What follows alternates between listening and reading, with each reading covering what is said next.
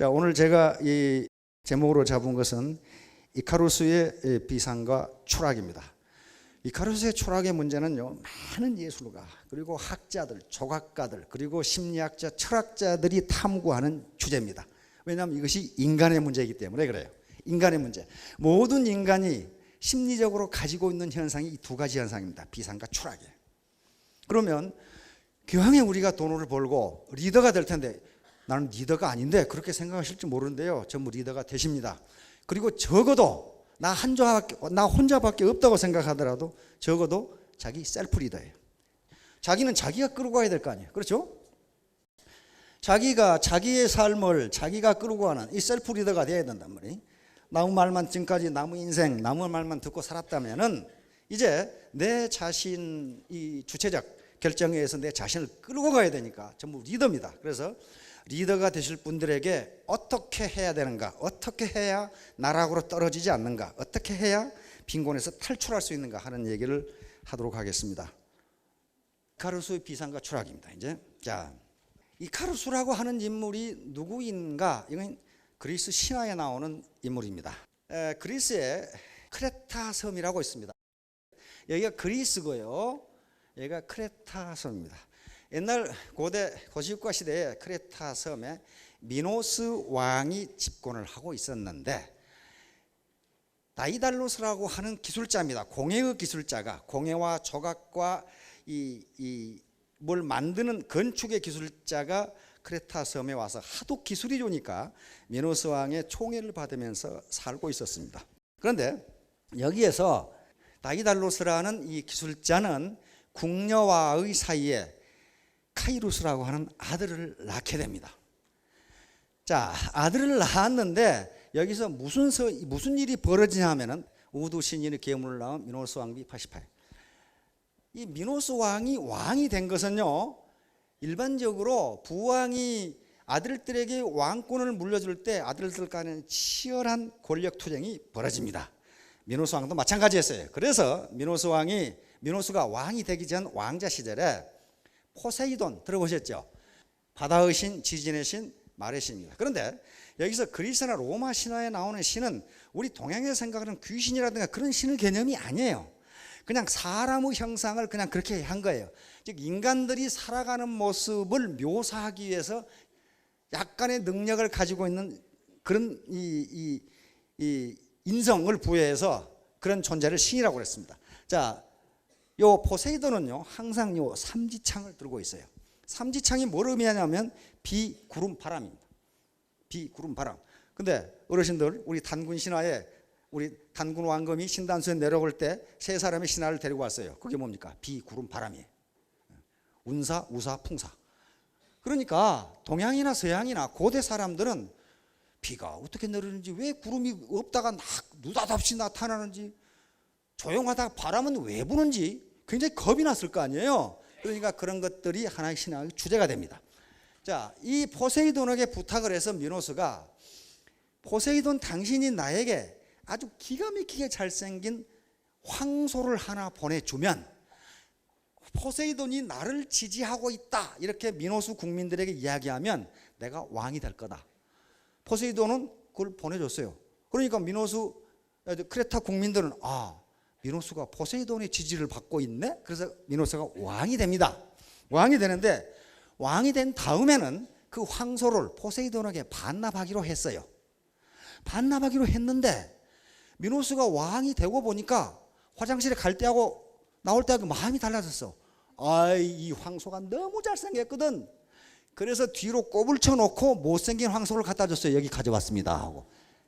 중간에 배달 사고 내는 놈 많죠. 뇌물 왔다 갔다 할 때. 그거 똑같아요. 분명히 주라고 줬는데 저놈은 못 받았다고 그러거든. 요놈이 가로챈 거거든 지금. 그러니까 잘생긴 황소는 꼽을 쳐놓고 못생긴 황소를 반납하니까 포세이돈이 그래도 신인데 이 자식 봐라. 이놈 새끼를 내가 벌을 줘야 되겠다 하고 벌을 줍니다. 벌을 주는데 어떤 벌을 주냐 하면은 미노스 왕의 왕비 파시파에가 그 황소에게 반하는 벌을 줘요. 홀딱 반해버려. 그냥 왕비가 황소를 보고 그래가지고 저 황소하고 결혼했으면 좋겠다 이렇게 된 거야. 이제 이렇게 된 거야. 그게 바로 포세이돈의 지금 이 마법을 건 거야. 근데 파시파의 왕비의 눈에는 황소가 자기 연인으로 보이지만 황소 눈에는 그 뭘로 보여? 이거 아무것도 아니거든. 이거 아무것도 아니거든. 그래서 황소하고 어떻게 결혼을 할 수 있을까를 생각하다가 다이달로스, 조각을 기가 막히게 하는 다이달로스에게 아주 기가 막힌 암소를 하나 만들어 달라고 그랬어요. 나무로.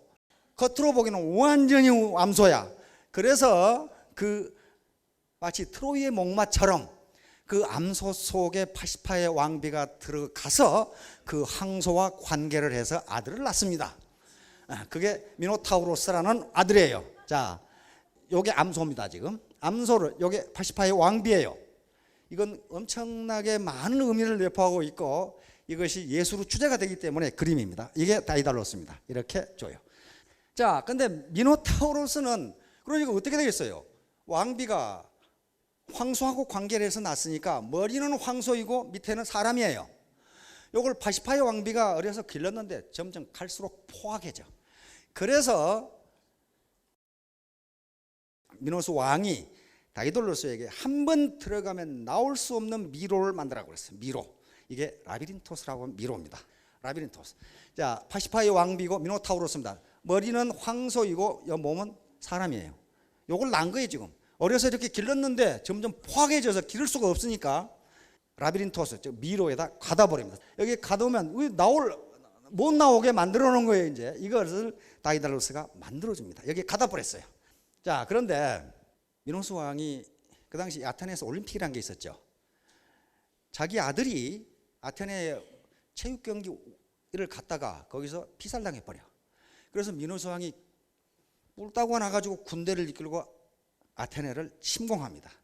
아테네에서는 평화의 조건으로 미노타우로스에게 9년에 한 번씩 총각 7명, 처녀 7명을 제물로 바치기로 했어요. 그러면 이놈이 잡아먹죠 이제. 근데 두 번까지 그렇게 보내다가 세 번째 보낼 때 아테네의 영웅 테세우스가 나타납니다. 아테네의 왕자입니다. 테세우스가 제물로 위장을 해가지고 크레타로 갑니다. 그런데 그때 꼭 말썽을 피우는 게 공주야. 꼭 공주야. 미노스 왕의 크레타, 미노스 왕의 공주인 아리아드네가 테세우스를 보고 금방 홀딱 반해버려 그냥.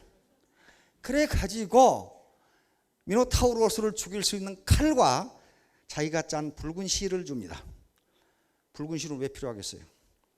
미로기 때문에 들어갈 때 몸에 묻고 들어가서 나올 때 그 줄을 따라 나오면 나올 수가 있어요. 그래서 이것이 테세우스고 소고 몸 여기죠. 테세우스가 미로에 들어가서 라비린토스에 들어가서 미노타우로스를 척살하는 장면입니다. 이런 조각과 그림이 무지무지하게 많습니다. 자, 이렇게 미노타우로스를 척살하고 테세우스는 실을 따라서 나와서 아리아드네 공주와 그 다음에 희생물들을 데리고 크레타 섬을 탈출합니다. 자, 그런데 크레타 섬을 탈출하는데 중간에 낙소스라는 섬에 들어가게 됩니다. 아리아드네 공주가 잠자고 있을 때 아테네 여신이 나타나서 아리아드네를 그냥 두고 가라고 계시를 해서 잠자고 있는 통에 테세우스 왕자는 그냥 떠나버려요. 떠나버립니다. 그런데 그 낙소스 섬에 자주 들리는 요게 누구냐면 디오니소스입니다. 로마 신화에서는 바카스예요. 바카스. 요게 와서 디오니소스가 보니까 이 아리아드네 공주가 너무 이쁘거든. 그래서 둘이 결혼을 합니다. 이때 요 디오니소스가 결혼 선물로 왕관을 주는데 아리아드네 공주가 죽고 나서 그 왕관이 아리아드네 공주의 영혼을 데리고 하늘에 별자리가 별 그려놨죠. 이게 아리아드네 별자리입니다. 북쪽 왕관자리.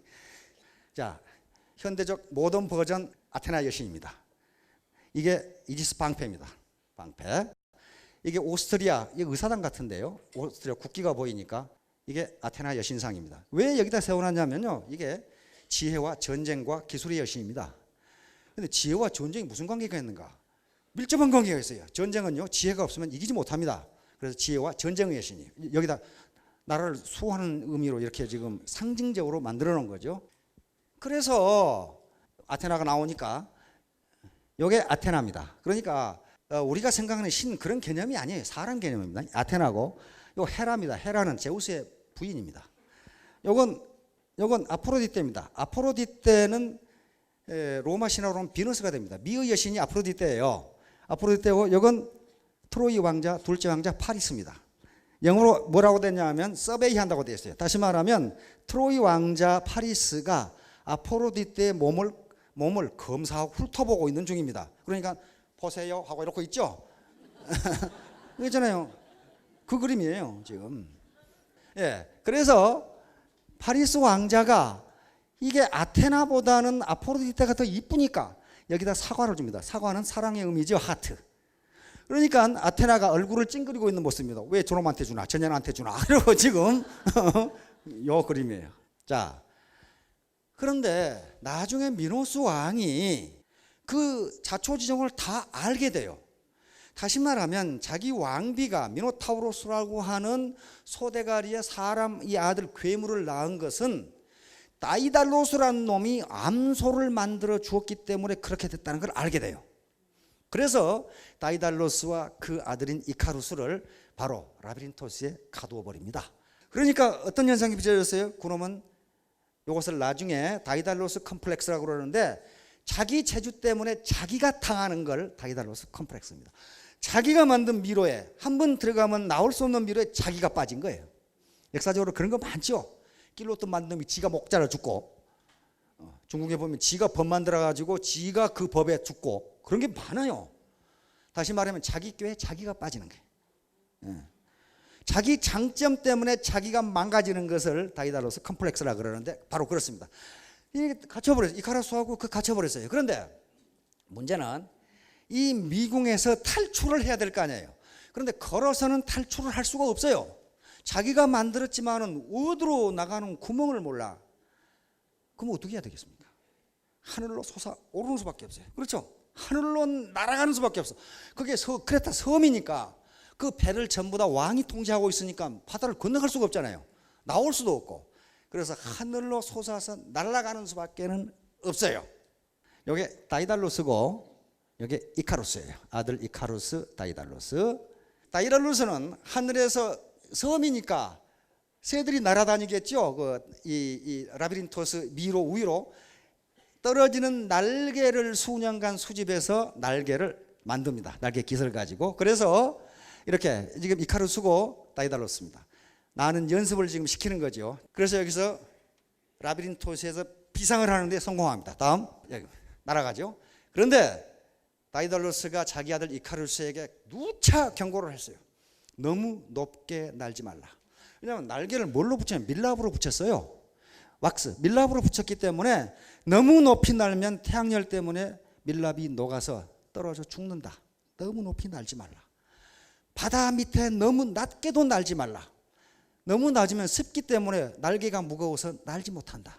그러니까 일정한 높이로 계속 날아가라. 이렇게 아주 귀에 못이 박히도록 얘기를 했는데 이카루스는 하늘로 비상을 하니까 아이고 더 높이 더 높이 더 높이 계속 올라가서 태양가까지 올라가 버리죠.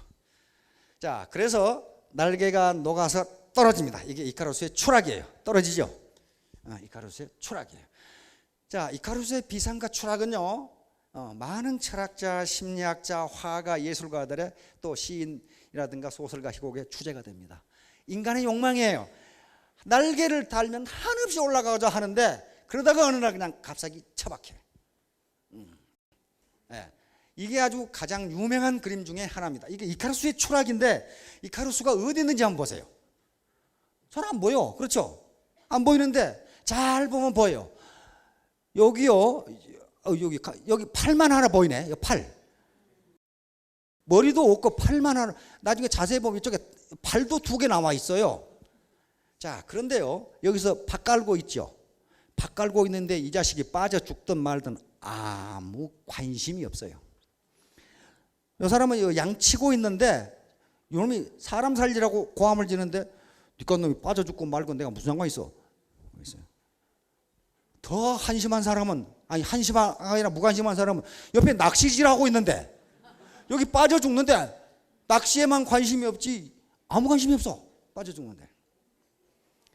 다시 말하면요, 인간이 자기 능력 이상으로 분수에 맞지 않게 욕심을 부리다가 추락한 사람에 대해서는 아무 관심이 없다. 새끼 잘 됐네. 그렇게 생각한다. 지금 현재 우리 그 꼴 보고 있죠. 다시 말하면 너무 태양 가까이 올라가다가 왁스로 붙인 날개가 진짜 지 날개가 아닌데, 그게 떨어진 거예요. 자, 이카루스의 날개의 의미는 그래서 두 가지가 있어요. 여러분들에게 두 가지를 다 제가 권장하려고 하는 것은요, 미궁, 라비린토스, 다시 말하면 빈곤, 나올 수 없는 미궁에서 빠져나오는 방법은요, 걸어 나오지 못합니다. 뛰어 올라야 돼요. 날아야 돼요. 비상해야 된다고. 비상. 날라서 플라이트. 날아야 돼요. 날아야 됩니다. 그렇지 않고는 거기 나올 수가 없어요. 지금 평생 뼈 빠지게 집에서 일하시고 구멍가게 하시고 취직해서 뭐하고 방판하시고 그런 분들 계실 거예요. 어떻게 빈곤에서 탈출하셨습니까? 그렇게 탈출 못해요. 날아올라야 됩니다. 그런데 이게 지금 그래서 이카루스의 날개라고 할 때는요, 심리학자들이 어떤 동경, 호기심, 꿈, 도전 정신을 의미하기도 합니다. 그냥 앉아 뛰어오르라. 그러나 과욕은 금물이라는 걸 또 가르쳐 줍니다.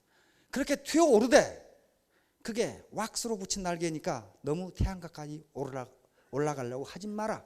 너무 바닥으로 날지도 말라. 그것은 습기 때문에 날개가 무거워져서 바다에 빠진다. 그 얘기거든. 이게 뭡니까?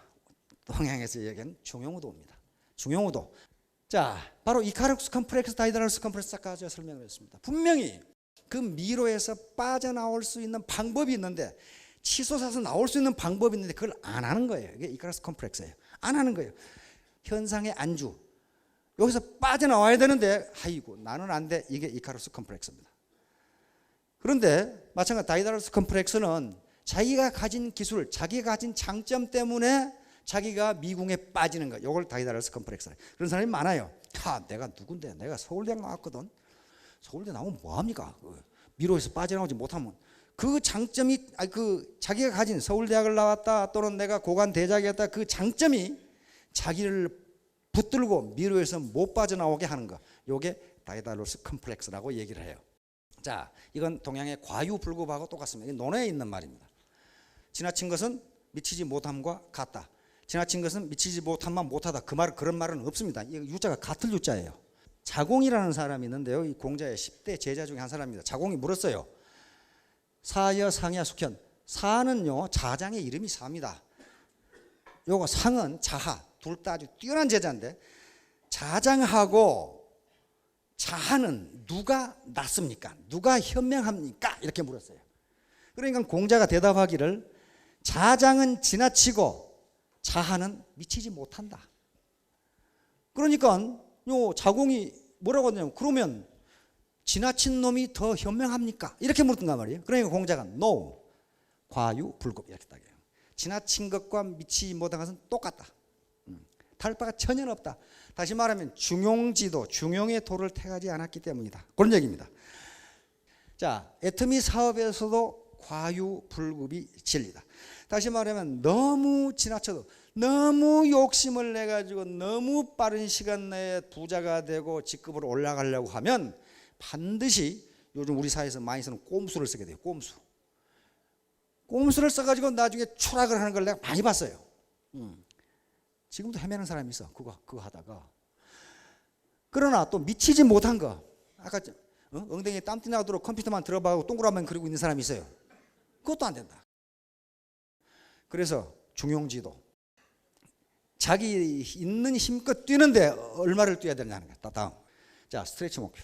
이건 G2에 잭 웰치라고 하는 탁월한 경영자가 있었습니다. G2가 한창 막 몰락 또는 어떤 현상 유지하고 있을 때 G2를 세계적인 기업으로 다시 끌어올리는 사람이 잭 웰치 회장입니다.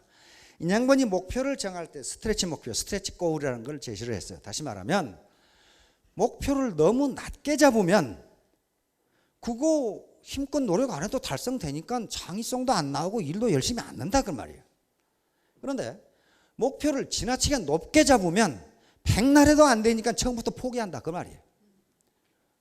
그러겠죠. 실제로 경영학자들이 연구한 바에 의하면 그렇게 나와요. 그러면 어느 정도 목표가 좋으냐? 잭 웰치는 스트레치 목표. 스트레칭은 뭐 스트레칭 하는 거야. 팔을 쭉 뻗어서 이렇게 해서 닿는 목표. 이건 닫을 수가 있잖아요. 이거 뻗고 이거 올리면 닫을 수 있죠. 다시 말하면 재결치는 그것이 자기가 통상적으로 열심히 일했을 때보다 20 내지 30% 많은 목표 이렇게 했어요. 그게 달성했을 때 쾌감이 있어요. 너무 높이 잡아놓으면 달성 못하면 실망감이 들거든요. 그래서 그렇게 잡은 게 100일 판매사 작전, 1000일 1000만 원 작전이에요. 여기 있는 사람들은요, 1000일 1000만 원이 아니에요. 1000일 2천만 원, 3천만 원, 5천만 원까지 한 사람이 있어요. 그런데 그것은 뭐 재수가 굉장히 좋았다고 뭐 생각합시다. 재수 없는 놈은 비행기 타고 가다 뱀에 물린다고 저번에 그 기사 보니까 그랬더라고. 어떤 놈이 비행기에 악어를 가지고 왔는데 그 놈은 악어가 보따리를 풀고 나와가지고 비행기에서 악어한테 물려가지고 말이에요. 그 재수 더럽게 없는 거죠 이게. 그런데 이런 정보를 얻을 수 있다는 것 자체가 재수가 있는 거예요 지금. 자, 그래서 이 벌써 운은 있으니까 이제 자기 노력입니다. 운은 움직인다고. 원래 운자가 움직일 운자입니다. 그렇죠? 운자가 움직일 운자니까 운은 움직인다 그런 말이에요. 자기가 준비를 하고 기다리면 운은 움직여서 나한테 온다 그런 말이에요. 주역에서도 그런 식으로 해석을 합니다. 그러니까 운은 가만히 있는데 오더라 그런 건 없어요. 그런 건 없어요. 그것은 마치 감나무 밑에 입 벌리고 서서 홍시가 떨어져라 하고 떨어지는 게 똑같아요. 홍시가 있으면 올라가서 따먹으면 되는데 왜 그 입 벌리고 앉아 누워있냐 말이에요. 자, 그런데 이 중용의 문제는요, 아리스토텔레스 모르시면 거의 없을 거예요. 중용의 덕과 행복. 양반 아까 그림에서 이렇게 인간 세상을 가리키고 있는데 인간이 행복하게 사는 것이 무엇이냐는 건 굉장히 많이 이야기했습니다. 다시 말하면 중용의 덕을 지키는 게 행복을 가져다 준다. 지금 그런 얘기예요. 그러면 충동과 감정을 억제하고 이성에 따른 행동. 이 말이 무슨 말이냐면요. 우리 용기라는 덕목이 있습니다. 용기. 이것은 우리가 항상 상당히 긍정적으로 평가하는 덕목이에요. 용기, 카리지. 그런데 아리스토텔레스가 뭐라고 설명하냐 하면은 용기가 지나치면 만용이 되고 용기가 부족하면 비겁이 된다. 용기는 만용과 비겁의 중용을 지킬 때 있는 것이다. 그런 말이에요. 전략이 있습니다. 전략이라는 것은 좋은 것인데 전략이 지나치면 인색이 되고 전략이 부족하면 낭비가 된다. 그러므로 전략은 중용을 지켰을 때 나오는 것이다. 이런 얘기예요 지금. 그랬을 때 인간은 행복해진다. 그렇죠? 행복해진다. 긍지가 있어요. 긍지는 좋은 것으로, 프라이드죠. 긍지는 좋은 것인데 긍지가 지나치면 자만이 되고, 그렇죠? 긍지가 부족하면 굴욕이 된다. 이런 식으로 되는 거예요. 그러니까 아리스토텔레스가 그 책에서 이렇게 써놨어요. 그래서 중용, 제비와 그래서 유명한 말을 합니다. 제비 한 마리가 왔다고 봄이 오는 것은 아니다. 하루 중용을 실천했다고 인생이 행복해지는 것은 아니다.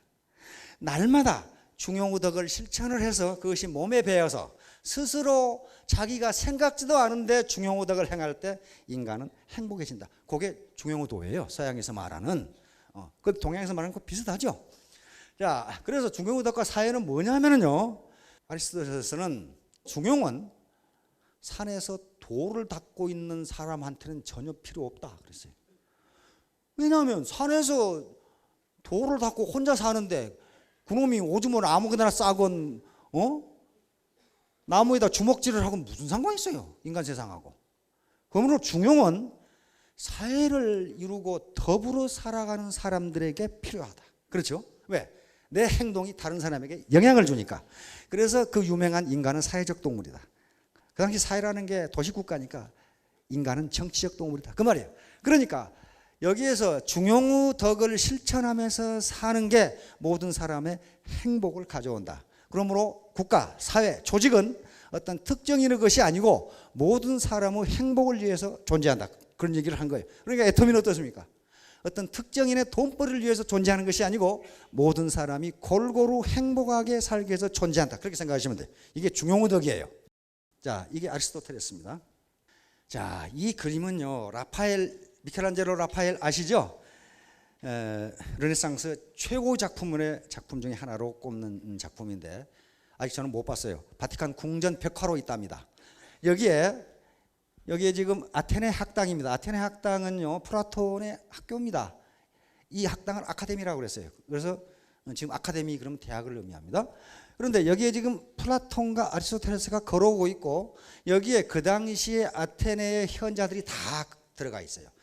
여기 거지처럼 자빠져 있는 게 디오게네스라고 하는 철학자입니다. 그 통 속에 살았던 알렉산더 대왕이 이분에게 디오게네스 철학자에게 뭔가 배우기 위해서 내가 당신을 위해서 집도 없고 절도 없고 통 속에 사니까 깡통 몸장 독강 속에 산다고 말이에요.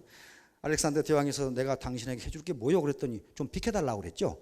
지금 햇빛을 쬐고 있는데 당신이 가리고 있지 않냐 그 말이에요 지금. 이게 디오게네스는 역시 자빠져 있죠. 자빠져 있죠. 여기 지금 대머리로 뭔가 열심히 기록하고 있고 여기서 가리키는 사람은 유크리트입니다. 기하학 원론선 유크리트고. 근데 이 앞에 뭐라고 써져 있냐면은 기하학을 모르는 자 이 문으로 들어오지 마라 그랬어요.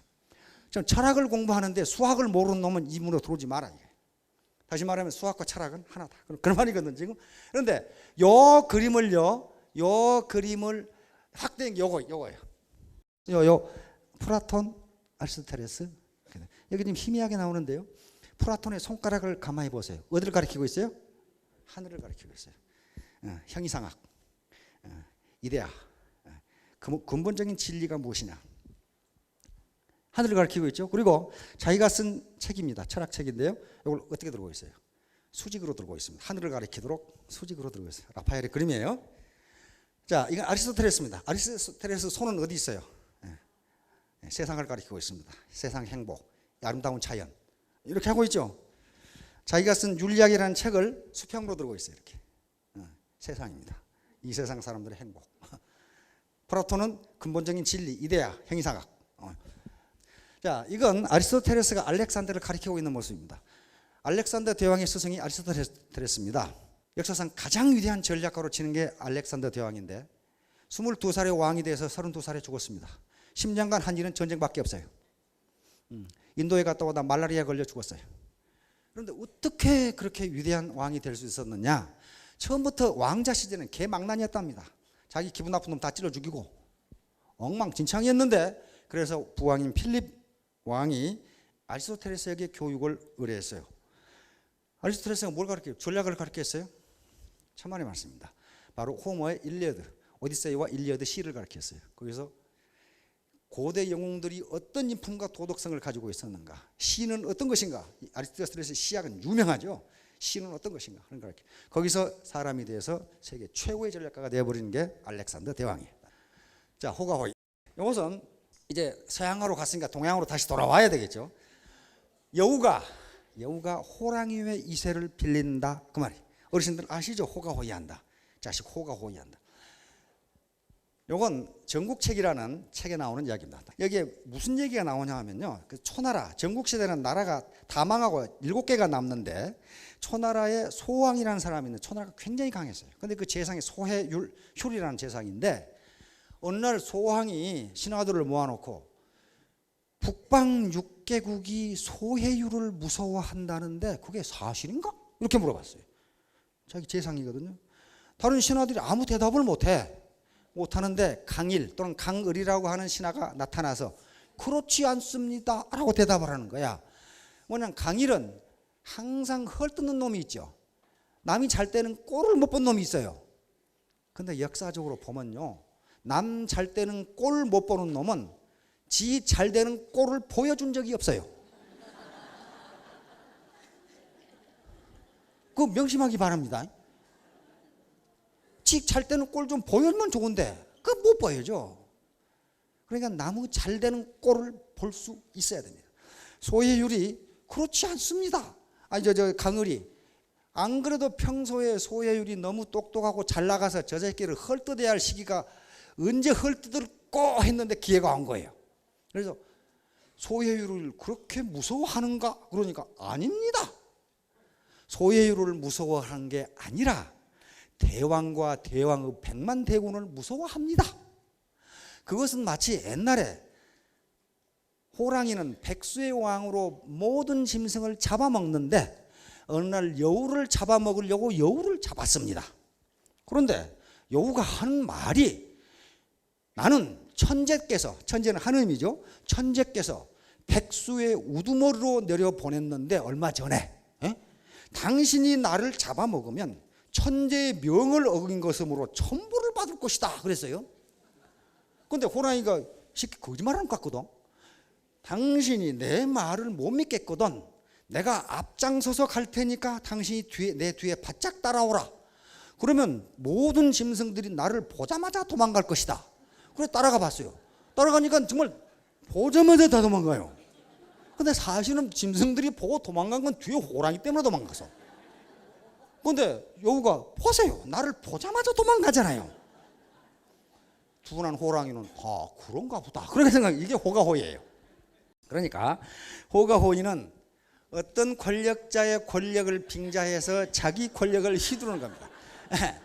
요놈 보고 놀래 도망갔는데 저 보고 놀래 도망갔다고 지금 이렇게 요거예요. 이렇게 다 도망가면 이놈 보고 도망가는 건데 이렇게 된 거란 말이에요. 그러니까 어떤 권력자의 빌붙어서 자기의 이권과 돈을 챙기는 사람을 호가호위한다 이렇게 나쁜 뜻으로 이야기합니다. 자, 그렇듯이 다른 원천으로 쓸 수가 있습니다. 다시 말하면 권력의 원천이 어디냐 하는 거예요. 권력의 원천이 어디냐? 내가 똑똑해서 돈 벌고 성공한다고 생각하지 말라는 거예요. 뒤에 어떤 파워가 있기 때문에 내가 이 파워를 발휘할 수가, 권력을 행사할 수가 있다. 지금 그런 얘기예요.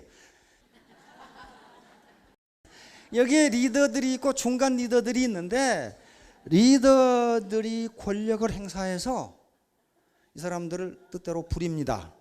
권력은요, 원래 학문 용어로 꼭 정치 권력만을 의미하는 것이 아니고 권력은 뭘 권력이라고 하면요, 내가 원하는 대로 상대방을 행동하게 하거나 내가 원하지 않는 행동을 상대방이 못하게 하는 능력, 이걸 권력이라고 그래요. 리더는 그 능력 가지고 있죠. 집에서 제일 권력 있는 사람은 아버지예요. 왜? 아들이 뭐 하려고 하면 하지 마 임마. 그거 뭐예요? 내가 원하지 않은 행동을 못하게 하는 거예요. 그게 권력입니다. 그러면 여기서 지금 이 권력을 행사하는데 이 사람들이 권력을 행사할 수 있는 것은요, 권력의 원천이 자기에게 있지 않습니다. 천만의 말씀이에요. 자기가 똑똑해서 권력을 행사하고 돈을 번다고 생각하면 큰 착각이에요. 요 뒤에 요 사람이 존재하니까 권력을 행사할 수가 있어요. 권력은 여기서 나와요. 그러면 요 사람은 뭐 권투 선수도 아니고 레슬링 선수도 아니고 권력이 어디서 나올까?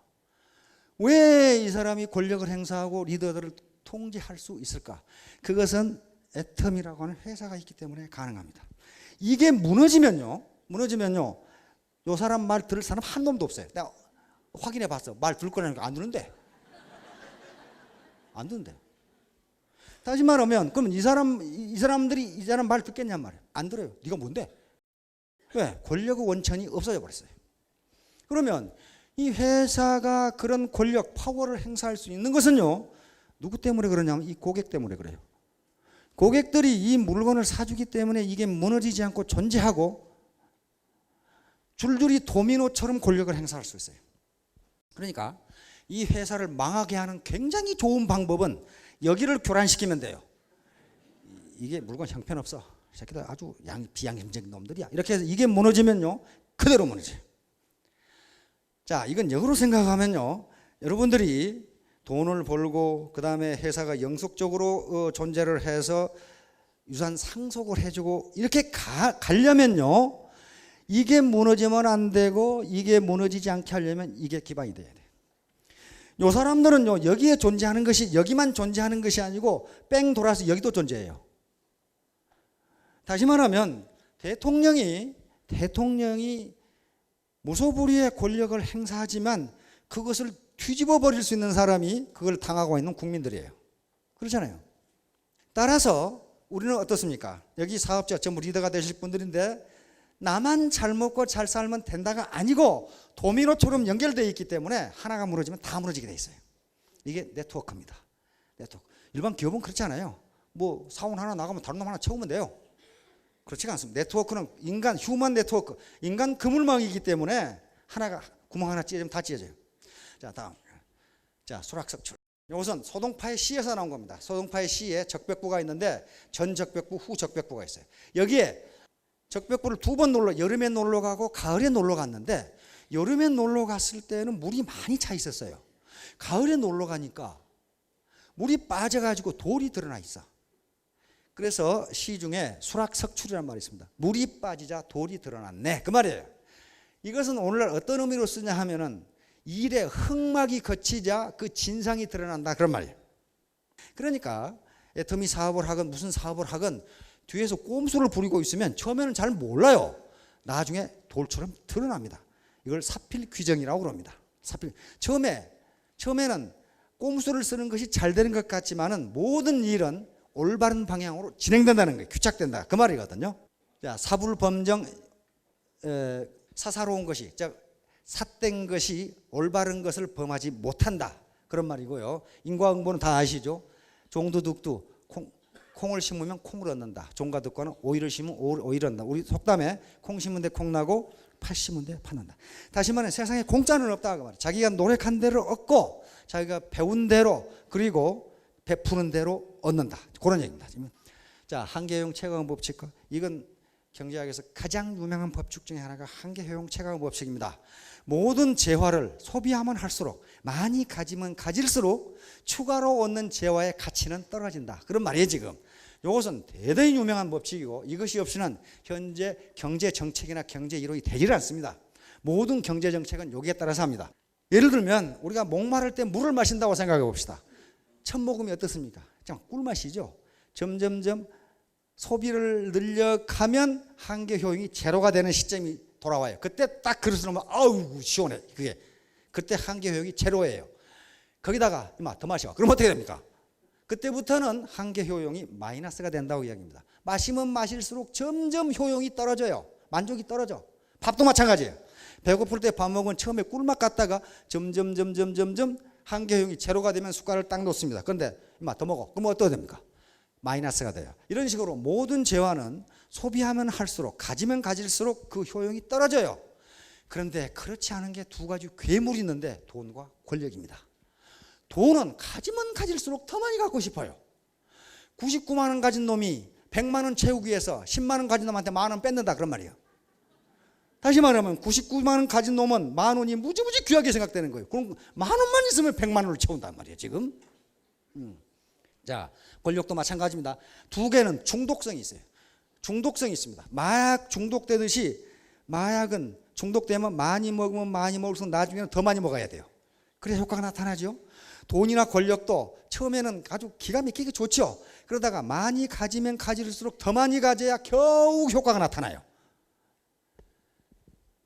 자, 그런데 이것의 결말은, 끝은 무엇인가? 바로 이카루스의 추락이. 진시황입니다. 자기 권력을 영원히 그 자식 대대로 물려주고 싶었어요. 그래서 불로초를 가져오라고 했는데 갖다 준 게 수은이었습니다. 수은 중독으로 죽었어요. 진시황이 천하를 통일하고 나라가 망한 게 15년 만에 망해버렸어요. 왜? 권력을 저 혼자 독점하려고 했고 신하들에게 넘겨주지를, 백성들에게 넘겨주지를 않았어. 그래서 결국 15년 만에 망해버립니다. 남는 것은 무덤밖에 안 남았죠, 지금. 자, 이와 같이 중독의 끝은 바로 자기의 이카루스의 추락입니다. 추락하는데 보통 추락하는 게 아니에요. 추락한 다음에 아까 그 그림에서 봤다시피 그 사람이 추락해서 물에 빠져 허우적거리는데 관심을 가진 놈이 한 놈도 없다, 그 말이야. 아이고 잘 됐네, 자식 말이야. 까부르더니 잘 됐네. 이렇게 돼버린다, 그 말이에요. 여러분들도 지금 이제 라비린토스에서 탈출을 하실 건데 중형지도를 걷기 바랍니다. 너무 낮게도 말고 너무 성급하게도 말고 중형지도를 걸으면은 젠틀맨으로서 그리고 정승처럼 대접을 받게 될 겁니다. 여러분 모두 성공하시기 바랍니다. 감사합니다.